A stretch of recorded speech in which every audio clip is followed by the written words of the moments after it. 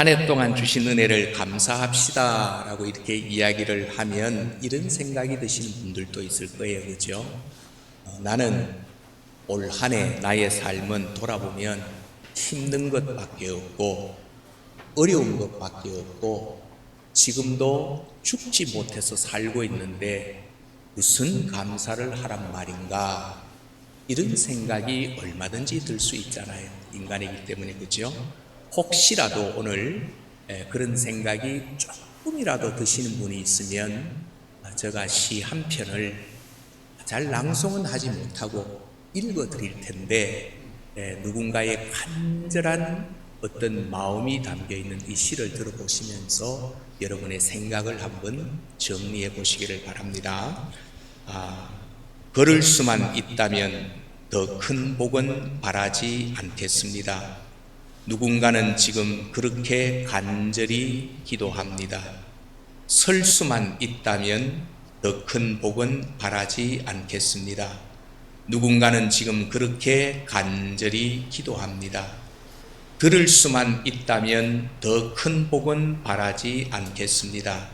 누군가는 지금 그렇게 간절히 기도합니다. 날마다 기적을 이루고 날마다 누군가의 소원을 이루면서 살아가는 나의 하루를 사랑하겠습니다. 이런 시예요. 한번 걸어보고 싶대요. 여러분, 한 번만 걷고 싶대요. 그렇게 간절히 그게 소원이 되어서 하나님 앞에 기도하는 그 누군가가 있답니다. 또 내가 당신의 목소리를 한 번만 들었으면 좋겠다. 내 한 번만 그 목소리가 어떤지, 어떤 음색인지, 어떤 감정인지 내가 그를 들었으면 좋겠다. 그렇게 소원을 해도 듣지 못하는 사람들이 있습니다. 이 시간에도 어떻게 보면 병원에 가보면은요, 병상에 누워서 사랑하는 사람이 병상에 누워 식물인간처럼 누워 있을 때 우리는 병원에 이 신방을 가서 뭐라 그럽니까? 엄마, 아빠, 아니 집사님, 한 번만 눈 떠봐요. 한 번만 눈 떠봐요.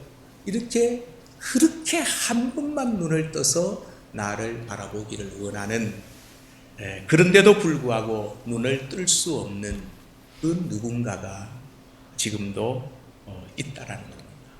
그렇죠?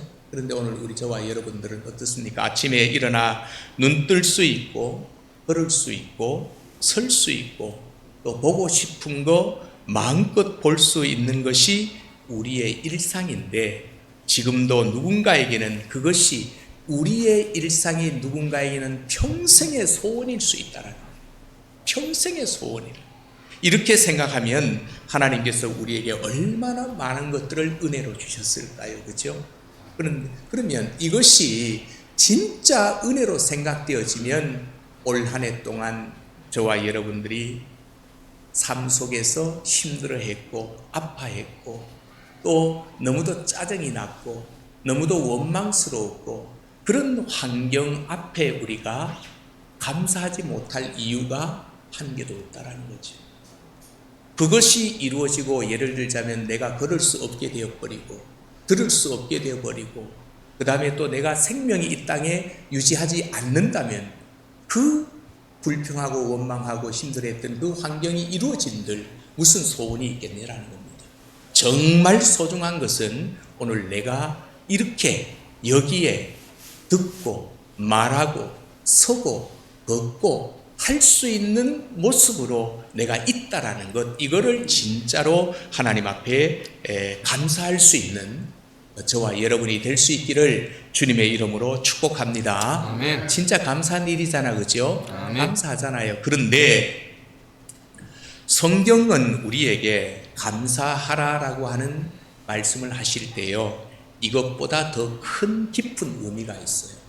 그런 것들 때문에 감사하라, 여기에서 머무르지 않고 정말 깊은 곳으로 내려가서 우리에게 정말 감사해야 될 것을 성경은 말씀을 하고 있는데, 여러분 신약 성경을 읽으시다 보면은요, 감사라고 하는 단어가 나올 때는 항상 이거는 명령형입니다.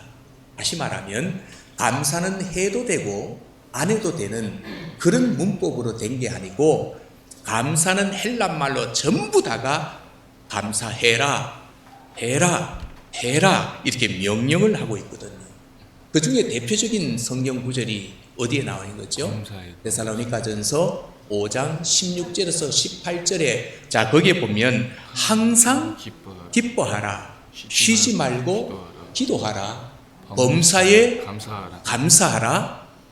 여기서 끝나는 것 아니에요. 앞에 하라 이거는 다 뭐라고요? 명령입니다. 누구의? 우리의 왕이신 창조주 하나님의 명령이거든요. 그러면서 하시는 말씀이 이는 그리스도 예수 안에서 너희를 향하신 나의 뜻이야, 내 뜻이야. 너희들이 모든 범사에 어떤 환경 속에서도 누구를 만나든지 간에 내가 어떤 처지에 있든지 간에 감사합니다, 감사합니다라고 고백할 수 있는 것이 바로 내가 너희들을 향한 내 뜻이야. 이렇게 하나님이 말씀하고 있는 명령입니다. 감사는 명령이거든요. 또 골로새서 3장 15절 말씀에도 보면은요, 그리스도의 평안이 너희 마음을 다스리도록 하라. 평안을 위해 너희가 한 마음으로 부르심을 받았나니 그러므로 감사하는 사람이 되라. 여기에도 명령형으로 되어 있습니다. 자, 여러분 이 골로새서 특별히 3장 15절의 말씀은요, 내 안에 주님의 평안이 있기를 원한다면, 정말 내 삶이 평안한 삶이 되기를 원한다면 어떤 사람이 되어야 된다? 감사하는 사람이 될 때 평안이 온다라는 겁니다. 평안이 뭔데? 평안을 주시니까 감사 아니에요. 성경은 너가 감사하는 사람이 되면 마음의 평안은 찾아온다라는 거예요. 이게 바로 성경이 우리에게 말씀하고 있는 거고, 골로새서 3장 16절에도 보면 주님의 말씀이 너희 가운데 풍성하게 하여 모든 지혜로 서로 가르치고 권면하며 시와 찬미와 신령한 노래를 부르며 감사함으로 하나님을 찬양하라. 이렇게 되어져 있거든요. 제가 사실 이 본문을 정하지 않고 이 출애굽기 본문 이스라엘 백성들이 홍해를 건너고 난 다음에 백성들이 하나님 앞에 막 감사 찬송을 하잖아요. 그래서 말씀의 제목을 이 본문이 아닌 그거로 잡았다가 어떻게 잡았냐면 처음에 아내에게 그렇게 물었죠. 감사가 먼저일까 찬양이 먼저일까? 이 질문을 제가 항상 저는 이 본문을 정하게 되면 묻거든요. 아이들에게 묻거나 아내에게 묻거나. 감사가 먼저일까 찬양이 먼저일까? 여러분 뭐가 먼저인 것 같아요? 감사. 그렇죠. 감사를 모르면 찬양이 되지 않아요. 다시 말하면 오늘 우리가 예배 전에 찬양을 부르고 예배 시간에 찬양을 드리고 할 때 그 찬양이 능력 있는 찬양이 되기 위해서는 먼저 내가 하나님에게로부터 뭐를요? 감사의 뿌리로부터 올라오는 그 감사가 되면 그 찬양은 나를 능력 있게 만들어요. 그래서 찬송 부르다가 병이 고쳐지고 귀신이 떠나가고 찬송 부르다가 하나님의 지혜가 임하고 이런 것은 바로 찬송이 능력 있는 것이 아니라 내 속에 하나님께로부터 받은 그 무엇인가에 대한 감사의 뿌리가 견실할 때 그 찬양이 능력이 있는 거예요. 오늘 주님의 교회는 찬양이 노래가 되지 마시고 내 감정을 자극하는 그런 어떤 트로트처럼 그런 게 되지 마시고 정말로 하나님 앞에 감사해서 영광 돌려드려지는 찬양, 이게 찬양이 될 수 있기를 주님의 이름으로 축복합니다. 그래서 주님의 말씀이 내 안에 풍성히 거할 때 내 안에서 뭐가 스스로 막 저절로 찬양이 막 나오게 된다는, 그리고 그 찬양이 감사하는 삶으로 이어지게 되는 거죠. 이것은 뗄래야 뗄 수 없는 관계가 되어진다는 겁니다. 자, 그래서 이 오늘 본 이 세 본문들을 보면은 다 감사는 뭐 하라는 거예요? 명령이라 그랬습니다. 그러므로 내 삶의 성경은 우리에게 말합니다. 무조건적으로 뭐 해라? 감사해라는 겁니다. 조건 찾지 말라라는 겁니다. 하나님이 이래서 감사합니다. 저래서 감사합니다. 그게 아니고 성경은 무조건 예수 믿는 사람들이 해야 될 것은 뭐밖에 없다? 감사합니다. 이것밖에. 이게 성경이에요. 근데 오늘 우리는 뭐 감사할 조건이 있어야, 거리가 있어야 감사하지 이렇게 할 때가 많은데, 그러면 하나님의 역사는 우리의 삶 가운데 없습니다. 성경대로 믿어야, 성경대로 살아야 하나님의 역사가 나타나게 되는 거거든요. 그래서 우리가 예수를 믿고 살아가는 사람은 누가 보든지 그 입에서 누구든, 오늘부터 이제 우리가 그렇게 되면 되는 거예요. 지금까지는 중요하지 않아요. 지금부터 하면 되는, 누가 보든지 간에 그 입에서, 그 삶에서, 그 어떤 환경 속에서도 뭐가 나오자? 감사합니다. 감사합니다가 나오는 하나님의 사람 되시기를 주의 이름으로 축복합니다. 아멘. 하나님의 사람. 그렇죠? 그러면 왜 하나님은 우리가 때로는요, 뭐 목사인 저도 마찬가지고, 또 오늘 기도하시는 장로님도 80이 넘게 또 신앙생활 장로님도 마찬가지시고, 여러분 다 마찬가지인데 힘들어서 지칠 때 있잖아요. 이 지쳐가지고 고통스러워가지고 한숨 푹 쉬면서 낙심할 때가 있잖아요. 그리고 또 원망할 때도 있거든요. 나는 원망 안 하려고 하는데 그냥 툭툭 막 튀어나오거든요. 이 원망할 때도 있고, 때로는 나도 모르게 내 처지를 돌아보면 눈물이 줄 흘릴 때도 있잖아요. 이런 하나님이 사랑하시는 자녀인 나에게 왜 하나님은 그 상황, 내 형편과 처지를 알아봐 주지 아니하시고 나에게 그때도 뭐를 감사하라고 하실까? 이게 지금 오늘 우리가 풀어야 될 숙제거든요. 우리가 거기에 대해서 정확한 답을 가져야 되거든요. 왜 그렇게 그때도 감사하라고 하실까? 그리고 오늘 읽은 본문 21절, 22절도 이 본문 속에서 이제 그 질문에 대한 답을 찾고 싶거든요. 왜 힘든데도, 내가 지금 원망스러운데도, 내가 지금 고통스러운데도, 내가 지금 죽을 지경인데도 왜 하나님은 나에게 감사하라고 하실까? 이 답을 오늘 본문에서 찾아보잖아요. 21절, 22절 한번 보십시오. 자, 여기 보시면 우리 다시 한번 읽어봅시다. 자, 21절, 22절 시작. 그때 예수께서 성령으로 기뻐하시며 이르시되 천지의 주제이신 아버지여, 이것을 지혜롭고 슬기 있는 자들에게는 숨기시고 어린 아이들에게는 나타내심을 감사하나이다. 옳소이다. 이렇게 되는 것이 아버지의 뜻이니이다. 내 아버지께서 모든 것을 내게 주셨으니 아버지 외에는 아들이 누구인지 아는 자가 없고, 아들과 또 아들의 소원대로 계시를 받는 자 외에는 아버지가 누구인지 아는 자가 없나이다 하시고. 아멘. 자, 이 말씀에 보면 예수님의 이게 이제 감사기도거든요. 예수님의 감사기도, 또 뭐 연필 갖고 오셨으면 줄을 쳐놓고 예수님의 감사기도 이렇게 적어 놓으시면 나중에 성경 읽으실 때 좀 좋겠죠. 그런데 복음서를 읽어보시면은요, 복음서가 뭐죠? 복음서가 뭐가 있죠? 마태, 마가, 누가, 요한. 뒤에 뭐가 복음 적혀 있잖아요. 이걸 우리는 복음서라 그래요. 복음서라 그러는데, 이 복음서에 보면은 예수님께서 한 가지 공식이 있는데요, 큰 기적을 일으키실 때, 능력을 나타내실 때 항상 주님은 먼저 하신 것이 있어요. 다시 예를 들자면 이 오병이어의 기적을 일으킬 때도, 귀신을 쫓아낼 때도, 또 죽은 자를 또 살리실 때도 주님은 항상 먼저 기적부터 나타낸 것이 아니고, 능력부터 나타낸 것이 아니고, 먼저 늘 감사기도부터 하십니다. 이게 여러분 성경 읽으시다가 이 원리를 찾아내셔야 돼요. 이 원리를 찾아내시고 여러분의 삶 가운데 적용시켜 나가시면 예수님의 행하셨던 능력들이 우리의 삶 가운데도 나타납니다. 그러므로 항상 감사 기도를 하시는데, 예를 들자면 자, 요한복음 11장은 어떤 장이죠?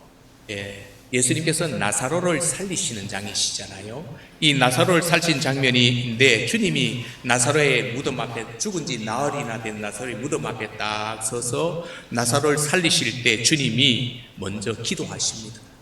기도를 하시는데 그 기도의 내용이 뭐냐면, 아버지여 내 말 들으시는 것을 감사하나이다, 이렇게 말합니다.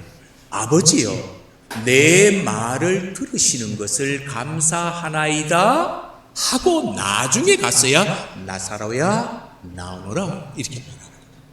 자, 그러면 아직 예수님은 기도의 응답을 받으셨어요? 안 받으셨어요? 안 받으셨잖아요. 예수님이 기도의 응답을 받지 않았음에도 불구하고 아버지여 감사하나이다, 내 말 들으신 것을 감사하나이다, 이렇게 기도하시거든요. 이게 뭘 의미하는가 하면, 예수님의 기도의 응답에 감사한 것이 아니에요. 하나님이 나에게 감사할 조건을 주셨기 때문에 감사한 것이 아니라는 겁니다. 그러면 예수님의 감사의 본질은 무엇인가 하면요, 기도할 수 있는 하나님과의 관계 때문에 먼저 감사해요.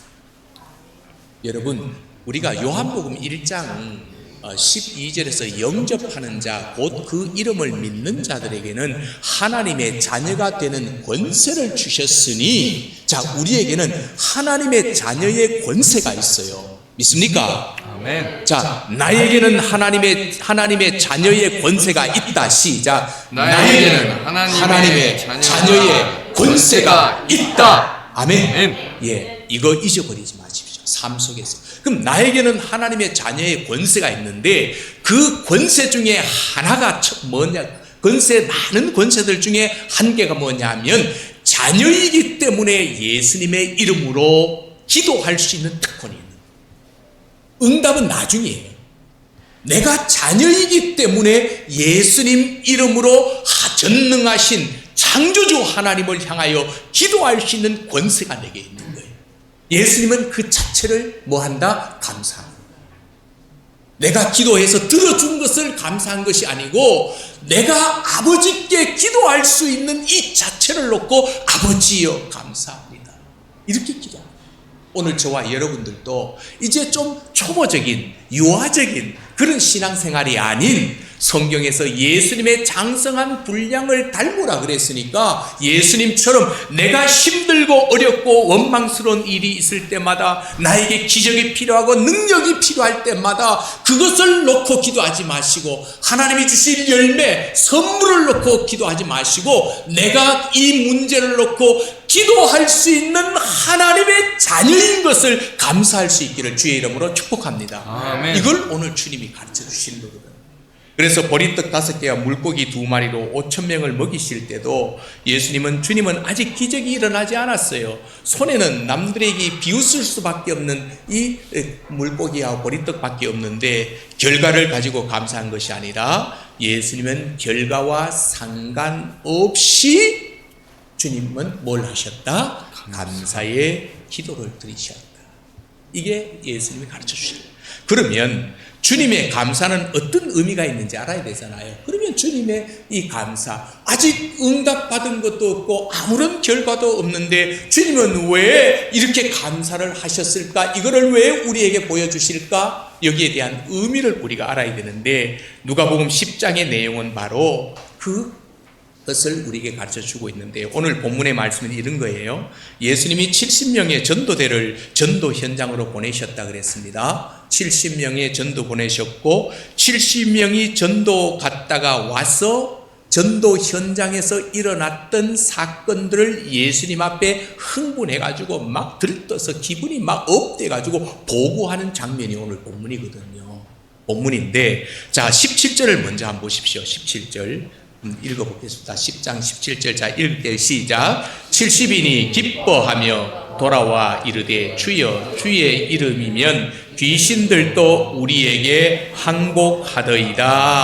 아멘. 우리의 전도 현장에서도 이런 역사가 나타날 수 있기를 간절히 소원합니다. 예수의 이름 앞에 귀신들도 항복하더이다 라고 그랬습니다. 자, 그런데 주님, 귀신들이 우리가 주님의 이름을 전하니까 우리에게 항복했습니다.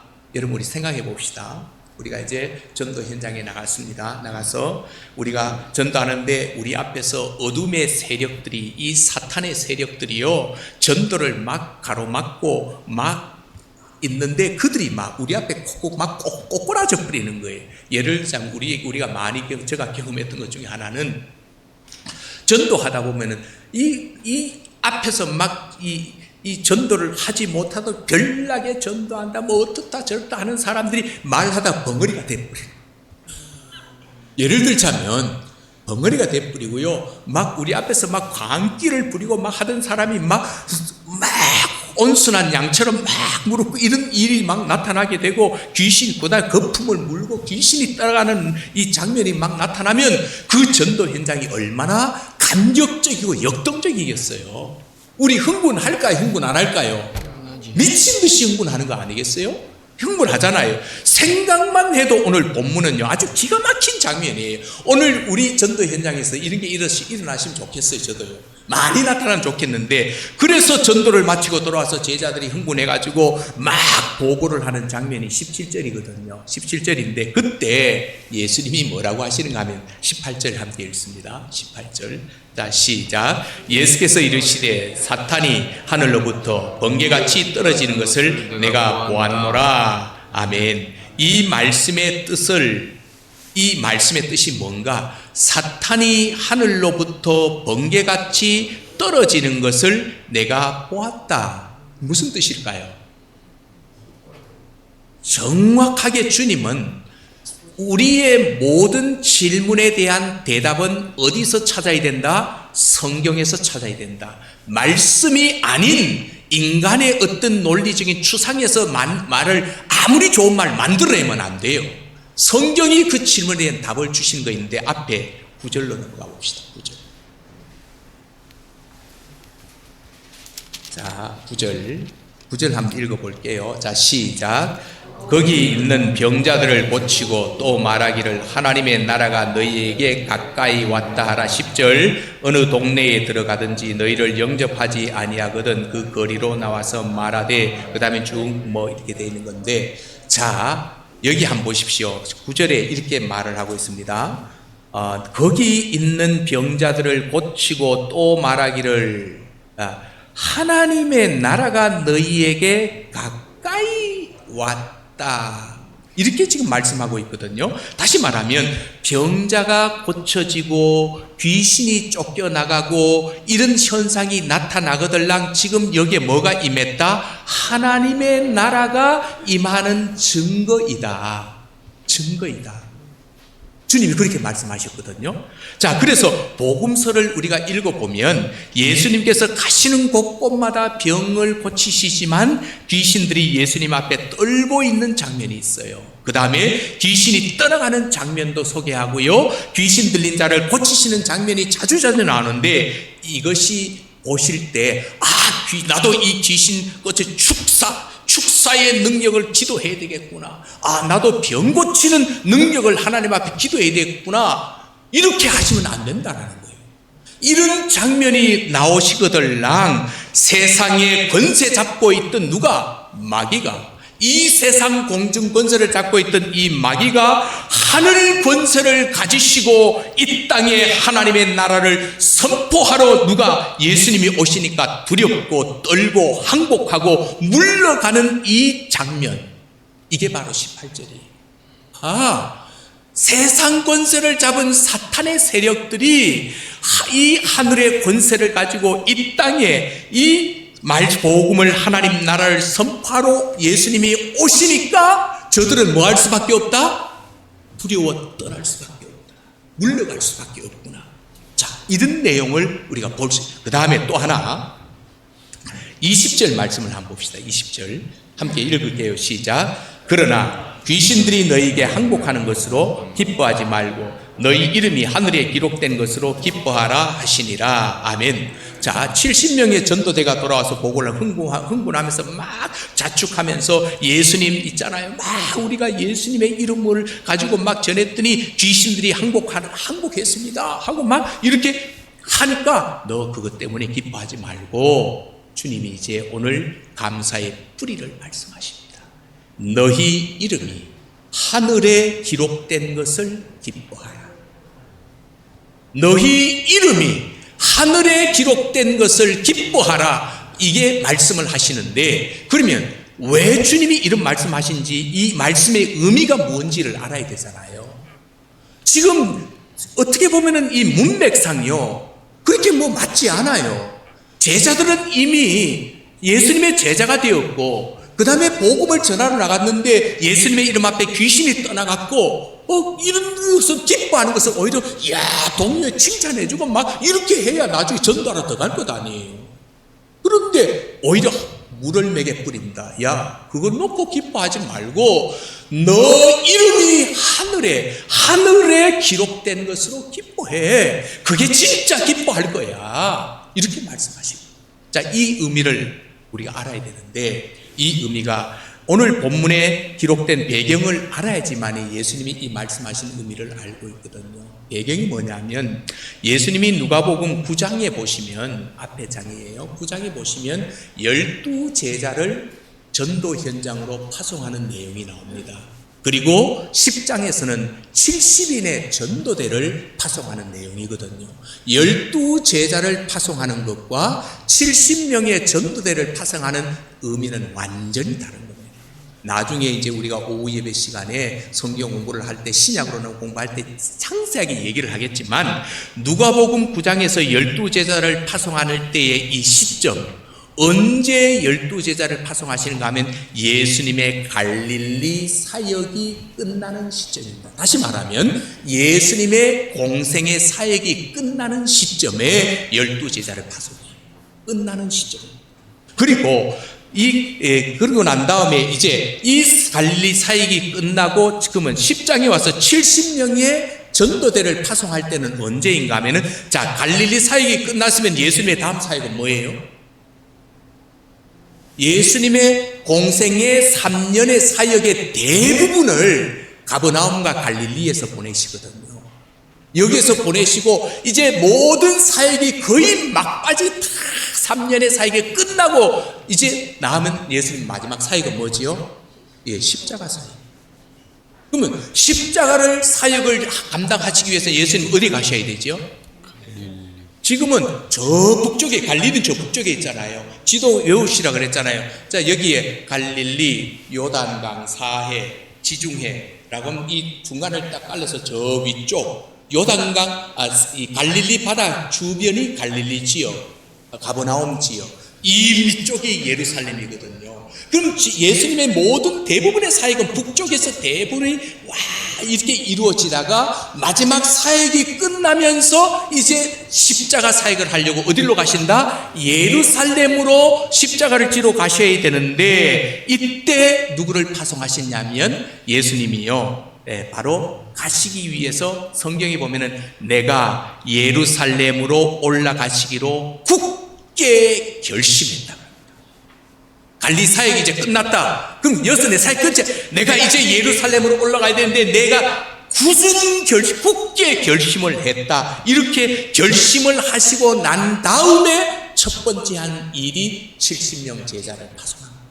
그러면 예수님이 예루살렘에 올라가시는 것과 70명의 제자들이 현장에서 보고한 것은 연관성이 있는 거예요. 뭘 말씀드리고 하면 그러면 예수님이 예루살렘으로 가시는데 굳이 굳게 결심을 해야 될 필요가 뭐가 있을까요? 그냥 가시면 되잖아요. 그런데 예수님은 굳게 결심해야 하는데 여기에 두 가지 의미. 하나는 이때부터 예수님에 대한 본격적인 매척이 시작됩니다. 매척이 시작되고 두 번째 예루살렘에 올라가면 예수님을 기다리고 있는 것이 뭐죠? 십자가의 죽음이거든. 완전한 인격체를 인간의 몸으로 이 땅에 오신 예수님은요 배척받는 거 뻔히 저기에 사자굴 속에 들어가면 내가 공격을 받는다는 걸 아셔요. 내가 저기 가면 내가 죽는다는 걸 알아요. 그 주님은 이것이 인간으로서 주님은 이것이 어떻게 감당하기가 어려우신 거예요. 힘드신 거예요. 그래서 예루살렘에 올라가셔서 마지막 십자가를 하루 앞에 놓고 이 겟세마네 동산에서 밤이 새도록 땀방울이 핏방울 되기까지 기도했던 내용이 뭐예요? 아버지요, 이 십자가 좀 만지게 해주세요. 꼭 내가 이 십자가를 져야지만이 내가 내 이 땅에 보내신 사명을 감당할 수 있습니까? 피할 수 있으면 좀 피하게 해주십시오. 이것을요, 땀방울이 핏방울 되기까지 기도하셨던 인간 예수님의 모습을 우리가 보는 겁니다. 그래서 결단을 하는데, 그런데 한 가지 특이한 사항을 우리가 복음서에 발견한 뭐냐면, 예루살렘 사역을 시작하시면서 굳게 결심하시고 70명의 제자들을 파송하실 때 예수님의 능력을 그들에게 다 뭐 해주셔요? 위임해 주십니다. 다시 말하면 귀신을 쫓아내고 병을 고치고 살리고 어둠의 권 세력들을 제어할 수 있는 이 능력을 그대로 70명의 제자들에게 다 위임을 해주시고 하나님 나라를 전파하고 병자를 고치고 귀신을 쫓아내라, 이런 사명을 주시거든요. 그런데 정작 예수님 당신은 자신의 얼굴에 침을 뱉고 그 다음에 자신의 얼굴을 때리고 이걸 아주 기분도 나쁘고 탁탁 때리면서 아주 예수님 갖고 노거든요. 택침 뱉고 갖고 놀고 그 다음에 이런 그들에게 향하여 예수님은요 아무런 반응도 안 하시고 침묵하시면서 뭐 하십니까? 참으십니다. 이것과 제자들이 예수님이 위임하신 능력으로 귀신을 쫓아내고 그 다음에 사탄이 떨어지는 이런 능력 앞에 막 날뛰는 것과 주님이 이제 연결을 시켜 나가십니다. 뭘 가르쳐 주신가 하면, 왜 제자들에게는 능력을 주셔서 그 능력으로 하나님의 나라를 전하게 하셨는데 자신은 고난당하고 핍박당하고 모욕을 당하는데도 해도 능력을 나타내지 않았을까? 주님이 십자가를 지셔야 하는 예루살렘 사역의 최고 절정의 최고의 목적은 뭐죠? 십자가의 결론은 뭐죠? 예수님의 죽음의 결론은 뭐죠? 구원. 영혼 구원입니다. 영혼 구원이에요.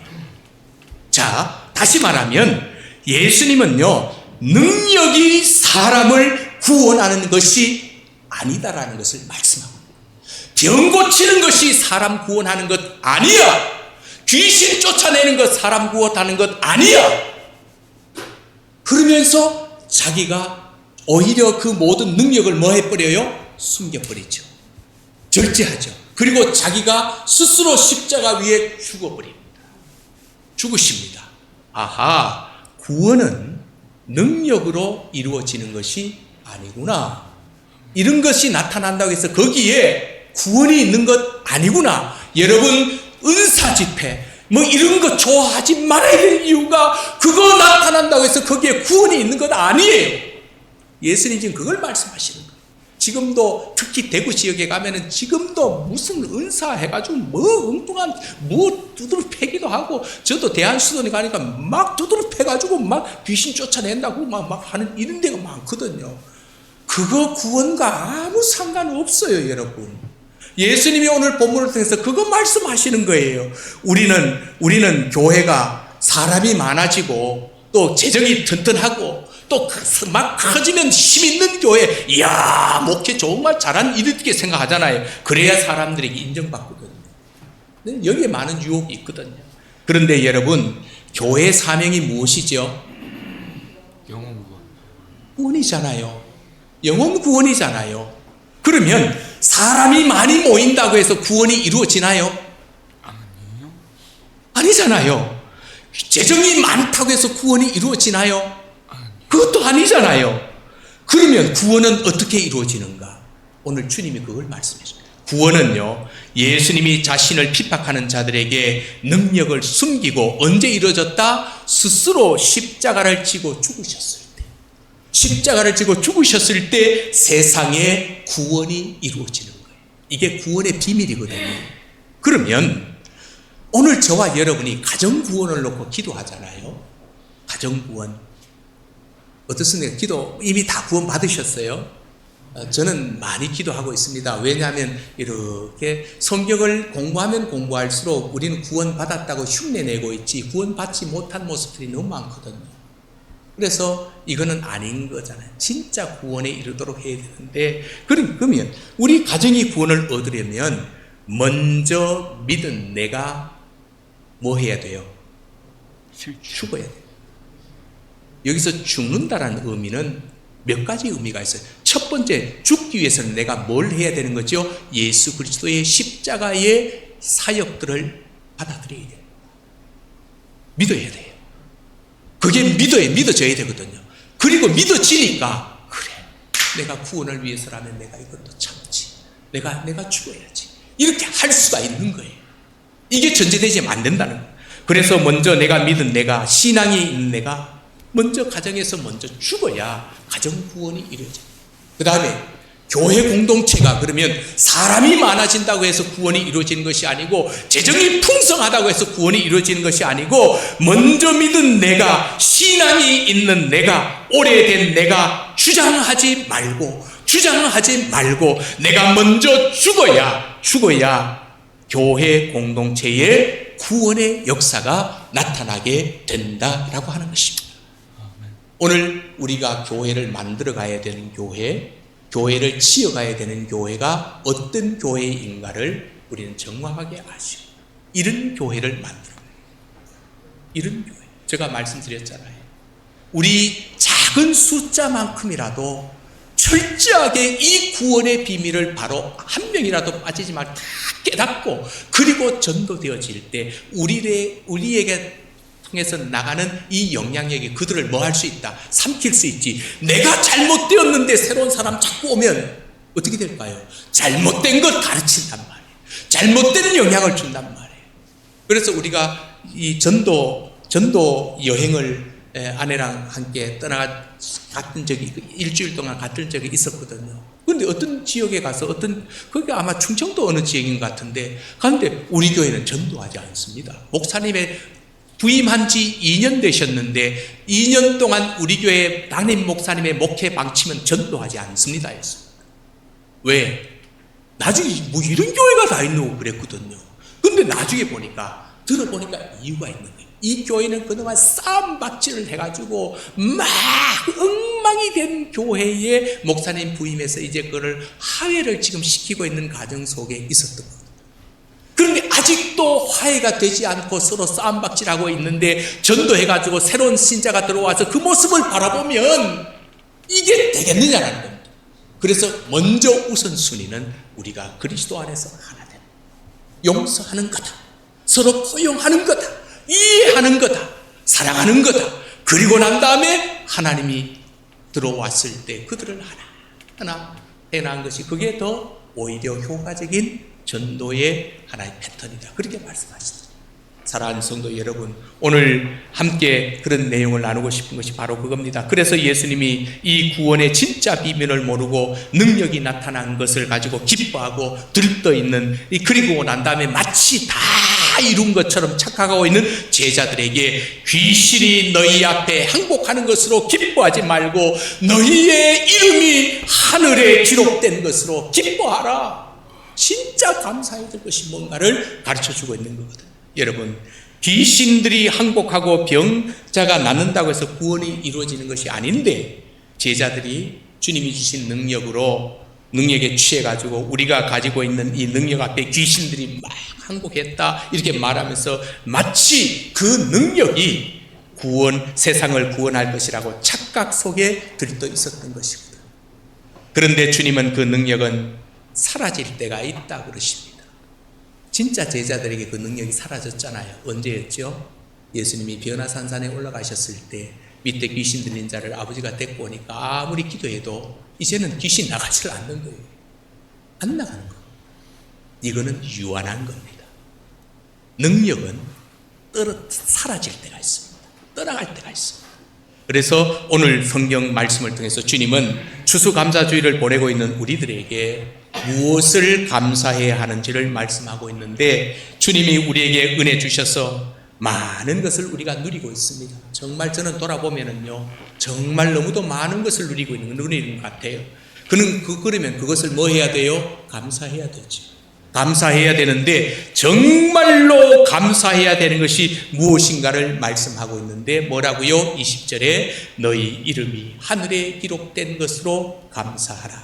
왜? 아까 그랬잖아요. 능력은 가져가실 수도 있지만 구원은 영원한 약속이기 때문에. 영원한 약속. 자, 그러면 이제 말씀을 결론을 맺으면서 이런 질문을 하면서 마무리를 지어 나갈게요. 그러면 내 이름이 하늘에 있다는 것을 어떻게 알 수 있느냐? 그렇잖아요. 네 이름이 하늘에 기록된 것을 감사해라 그랬다면, 내가 진짜 추수감사주의를 오늘날 이렇게 감사를 하려면 내 이름이 하늘에 기록된 것을 내가 알아야 되잖아요. 그러면서 주님이 하나하나 설명을 해주십니다. 오늘 말씀에. 자, 거기 보면 21절부터 24절에요. 정말로 내 이름이 하늘에 기록되었구나. 내 이름이 하늘에 기록되었구나를 알 수 있는 몇 가지 단어가 있는데, 21절을 보십시오. 21절에 보시면 기뻐하시며 이르시되 천지의 주제신 아버지, 이것을 지혜롭고 슬기 있는 자들에게 숨기시고 어린아이들에게는 나타내심을 감사하나이다. 나타내신다. 동그라미 칠 수 있으면 치십시오. 22절에 내 아버지께서 모든 것을 내게 주셨으니 아버지 외에는 아들이 누구인지 아는 자가 없고 아들과 또 아들의 소원대로 계시를 받은 자, 계시 동그라미 치시고요. 계시를 받은 자 외에는 아버지가 누구인지 아는 자가 아들이 누구인지 아는 자, 아들이 누구인지 아는 자. 예, 동그라미 치시고, 그 다음에 23절에 제자들을 보아 돌아보시며 조용히 이르시되 너희가 보는 것을 보는 눈은, 여기서 보는 눈. 그 다음에 24절에 내가 너희에게 말하노니 많은 선지자와 임금이 너희가 보는 바를 듣고자 했을 때 보지 못하였으며 너희가 듣는 바를 듣고자 했을 때 듣지 못하였다 해서 듣는 바. 자, 여러분, 이 4개 구절에서 이 4개 동그라미 친 이것이요, 내 이름이 하늘에 기록되어졌다라는 증거인데 이게 무슨 말인가? 그러면 이해하셔야 되잖아요. 자, 먼저 아이라고 하는 단어 이해하셔야 됩니다. 아이. 여기에 보시면 21절에 지혜롭고 슬기 있는 자에게는 숨기시고 어린 아이들에게는 나타내심을 감사하나이다. 아하, 예수님이 뭔가를 나타내 주시는구나. 나타내 주시는데, 자, 그러면 아이에게 아이가 누구인가요? 아이가 누구일까요? 여기서 아이는요, 단순히 나이가 어린 것을 말하는 것 아니고, 여기에서 말하는 아이란 하나님의 보호와 공급으로 살아가는 사람, 이 사람을 아이라고. 하나님의 보호, 하나님의 공급 하심으로 사는 사람. 자, 그러면 저와 여러분이 아무리 힘들고 어렵고 절망적인 상황이 있을지라도 하나님이 보호하시고 하나님의 공급하시고 하나님이 해결하심으로 내가 사는 인생이라고 믿는다면 나는 하나님을 찾을 수밖에 없고 나는 하나님을 바라볼 수밖에 없는 이 사람을 갖다가 오늘 성경은 아이라 말하고 그들에게는 뭐 했다? 나타내 보이신다. 이거거든요.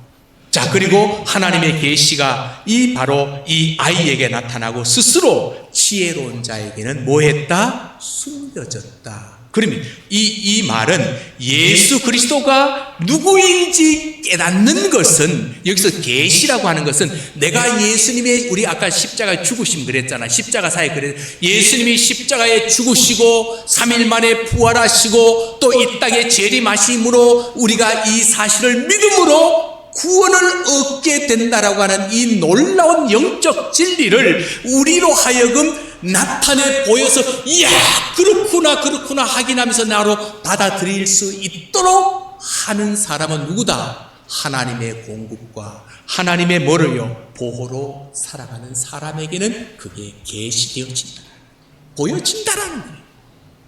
예? 그래서 이걸 갖다 22절에 뭐라? 계시 그랬거든. 하나님이 스스로를 뭐 했나? 보여주신 계시라고. 내가 보는 것도 아니고 하나님이 보여주는 거. 그런데 이 계시가 어떤 사람에게 숨겨져 있다? 누구에게요? 누구에게 숨겨져 있다고요? 지혜롭고 슬비 있는 자에게. 요즘 말하면 지 똑똑하다고 하는 사람에게는 아니에요. 성경 공부 많이 해가지고 어제 제가 모처럼 옥하는 목사님이 생각이 나가지고 옥하는 목사님 그 상암 월드컵 경기장에서 1907년 평양 대부흥운동 그때 이 기도하신 장면, 아버지여 내가 죄인입니다. 아버지여 내가 한국교회 성도들을 다 망쳐놨습니다. 제자 훈련으로 가죠. 왜? 예수님 제자 만들고 제자 훈련 받는 사람들은 전부 다가 대보면은요, 예수님 앞에 죽어져야 되고 예수님 앞에 더욱더 낮아져야 되고 예수님 앞에 자기를 죽이고 주님이 드러나야 되는데 전부 자기만 나 코스 이거 했어 더 이상 받을 것도. 제가 지금까지 제자 훈련 한 번도 못한 이유가 뭔지 아십니까? 나 다 받았어. 그럼 받았으면 변했냐는 거예요. 예수님 닮았냐는 거예요. 성경은 또 배우고 배워도, 예? 저는 신학만 7년 했는데도 지금 와서 최고의 성경의 재미를 느끼거든요. 지금도 계속 배우니까. 그때는 몰랐어요. 신학교 다닐 때는 성경이 이렇게 재미인지 몰랐어요. 근데 지금 와서야 이렇게 성경이 재미있고 또 배우는데 성도들은 그냥 라이센스 따듯이 코스 지나가면 나 다 배웠어. 아닙니다. 그것 때문에 옥 목사님이 주여 나 죄인입니다. 울면서 그 한국교회 앞에 회개하는 모습을 제가 보면서 참 많은 것을 느꼈는데 왜 그렇습니까? 똑똑한 사람에게는 그게 안 보여지는 거예요. 안 보여지는 거예요. 그런데 이 계시가 아이인 우리에게는 계시가 드러내셨다, 열렸다라고 이렇게 되어져 있거든요. 그러므로 여러분, 오늘 추수감사절에 우리가 정말로 감사해야 될 조건이 뭐라고요? 내가 내 능력이라고 생각하고 현재 모든 조건은 언젠가는 다 사라질 겁니다. 여러분, 지금 뭔가를 붙잡기 위해서 쫓아가는 그거 다 사라질 날이 옵니다. 다 사라집니다. 정말 감사해야 될 것은 뭐라고요? 사라지지 않는 영원한 생명을 주심을 감사할 수 있는 감사주일 되시기를 주님의 이름으로 축복합니다. 예? 내 이름이 하늘에 기록된 거, 내가 내게 계시를 주셔서 예수를 믿게 하신 그 하나님의 은혜, 이게 감사한. 근데 이거는요, 한 가지 조건이 아니에요. 신기하죠? 내가 구원받았기 때문에 이건 조건이 아니야. 내가 구원받았기 때문에 감사한다, 이 조건이 아니고, 내가 부활하신 예수님의 십자가의 사건을 십자가의 죽음을 내가 지금 믿고 이 천지를 지으신 하나님께서 내 아버지가 되신다라고 하는 사실을 믿어지는 거, 이건 내 지혜 아니거든요. 내가 공부한 것 아니거든요. 오늘 말씀해 보니까 뭐예요? 계시해 주신 겁니다. 하나님이 나타내 보여주신 거거든요. 그러므로 감사의 본질이고 범사에 감사해야 되고 찬양해야 되는 이유는 뭐라고요? 하나님이 내게 계시해 주셨기 때문에, 보여주셨기 때문에, 이게 감사의 뿌리가 돼요. 그래서 이 감사가 모든 역경과 어려움과 낙심과 좌절과 고난을 이기게 한다라고 하는 것입니다. 그래서 성경은 우리에게 뭐라고 그럽니까? 범사에 감사하라라고 말씀을 하고 있는 겁니다. 자, 이제 그림 하나 좀. 자, It's okay with Jesus라고 하는 건데, 저는 이 문장을 너무 아주 좋아하는 건데, 이게 윤유선 씨거든요. 이 사람은 불교 집안에서 태어났던 사람입니다. 불교 집안에서 태어났던 사람인데, 하나님의 힘들고 어려운 상황 가운데서 하나님을 영접하고 지금은 이제 예수님 복음을 전개하는 그런 어떤 광고 모델로서 저렇게 귀한 일들을 감당하고 있는데, 이거는 지난달 24일에 미국 뉴욕 타임스 스퀘어에 걸린 바로 이 복음 광고판이거든요. 그래서 저분이 It's okay. 나 괜찮아. 나 괜찮아. 왜? 뭐만 있으면 주님과 함께라면, 예수님이 함께 하시면, 이것을 걸고 전 세계에 예수 그리스도를 증거하는 이 사람이 되었거든요. 오늘 저와 여러분들의 진짜 감사는 It's okay. 그래, 나 괜찮아. 괜찮아 속에는 뭐가 들어가야 되죠? 지금 내 현 상황, 내 현실. 이거 그래 괜찮아. 왜? With Jesus. 예? Jesus. 예수 그리스도께서 함께 하시다. 이래 될 때 우리는 범사에 감사할 수 있고, 모든 이 감사 주일이요, 하나님 앞에 정말 영광이. 그래서 원래 강단이 누가 보면은 이 교회는 이래 그럴 수도 있잖아요. 원래 처음을 안 해봤습니다. 왜? 장로님이 전화하셔서 목사님 그래 추수감사주일 아니요 장로님 원래 그냥 하고 싶습니다. 왜? 우리는 거기에 감사를 잊어버려요. 우리가 차려놓은 과일, 무, 배추, 쌀 이런 거를 올려놓고 거기에 우리는 하나님 앞에 감사의 뿌리를 잃어버리고 우리만 좋아하고 우리만 하다가 그냥 하나님은 어디론가 쓸쓸하게 뒷방 늙은이처럼 뒷방에 그냥 모셔놓고 아니, 요 문제는 그게 아닌, 진짜로 감사의 대상은 누구다? 하나님. 이런 감사주의를 우리가 보내면 아무것도 없어도 하나님 섭외하지 않아요. 오히려 준비한 거 서로 성도들이 하나하나 들고 와서 이렇게 먹고 준비한 걸 갖다가 서로 믿음 안에서 한 형제 자매된 사람들이 띄어 먹고 나누어 먹고 웃고 즐거워한 하나님 그 모습 볼 때 얼마나 후회하시겠어요. 우리가 자식들이 모였을 때 집에 손주 자녀들이 막 그리고 웃고 하늘 구경만 하고 있어도 뭐해요? 행복하죠. 기쁘잖아요. 하나님이 나는 그걸 오늘 하나님 앞에 드리고 싶어요. 그래서 십시일반 이렇게 준비한 음식들을 마음껏 나누시면서 그래 이 풍성한 것들을 주신 하나님 앞에 정말 앞으로 감사하는 이런 삶을 살자. 그리고 아까 It's okay with Jesus, 이 붙들고 여러분의 삶에 그 모든 것 어차피 하나님이 해결해 주실 거니까, 하나님이 있어라는 자리에 있으면 해결해 주시니까, 예? 하나님 앞에서 승리하는 우리 주님의 교회 모든 성도들 되시기를 주님의 이름으로 축복합니다.